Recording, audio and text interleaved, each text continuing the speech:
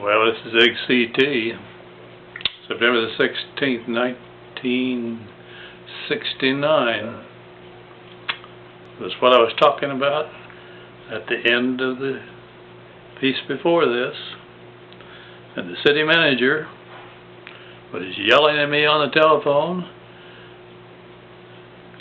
Geez, I don't know what he thought I could do, but I can tell you one thing. At the time, I didn't appreciate it at all. You know, I didn't even know the guy, and he's yelling at me like he's the Father and I'm the Son. He's God and I'm Moses, I don't know. Telling me what I've got to do. I've got to stop this thing because those people don't have a parade permit, and there's not going to be a parade. I'll have the police stop it, and somebody will get hurt. You've got to stop this. Well, heck, at that point, I didn't even know that Richardson Hall had been turned over. Maybe it hadn't been at that point. But before very long that morning, the college said, yes, you can use Richardson Hall for your group meeting. I had no idea that busloads of kids had come to town. Yeah, there were a lot of kids involved in that parade business of gathering up the students, but I didn't know there was going to be hundreds of kids.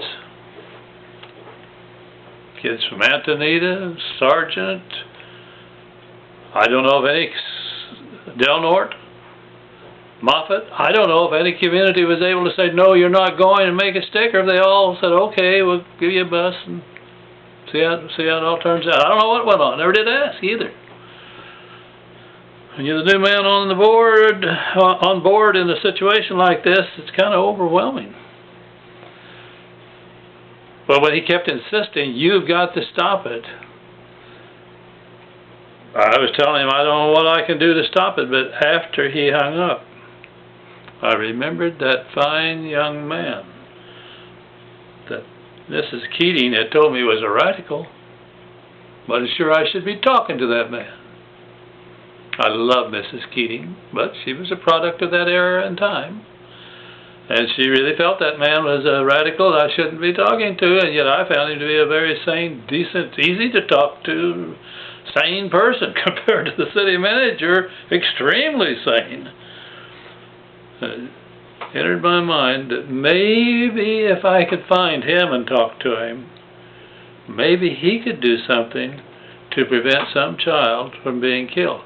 You know, you watch riots wherever they occur, a lot of them over there in and around Israel and the Palestinians. Who gets the most brazen? The young kids. They get carried away and they don't have the maturity, they have the judgment to realize that they're in danger in their lives, and they throw those rocks at policemen and so on. Well, I got over around outside Richardson Hall. A lot of people outside.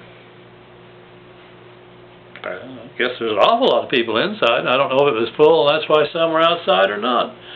But there were kids there that I knew from our high school.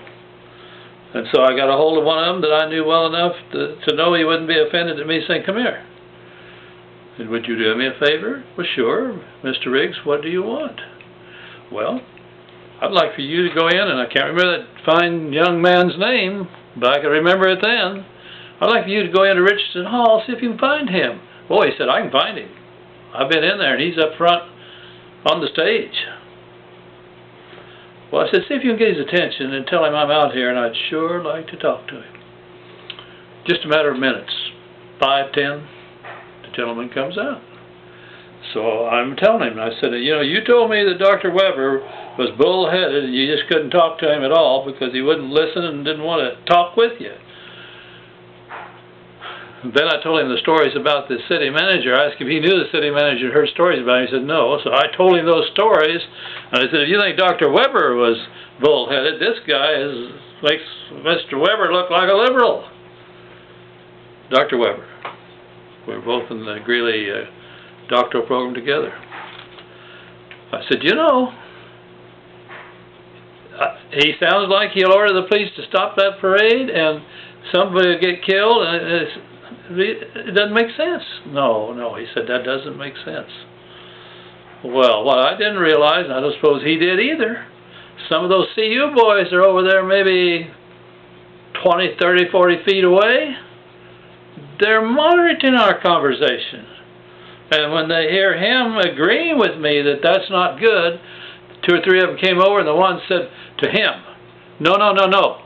Don't pay attention to him," pointing at me. "This is war, and in war you need casualties to get commitment to the cause." Those little devils had been so propagandized by those professors or by Corky or, you know, whoever the heck was doing the training sessions, that they were perfectly willing to have some little kid or kids from Alamosa be killed on that day. I wish I knew the name of that gentleman, and maybe somebody will see this and find that name, and he ought to be honored.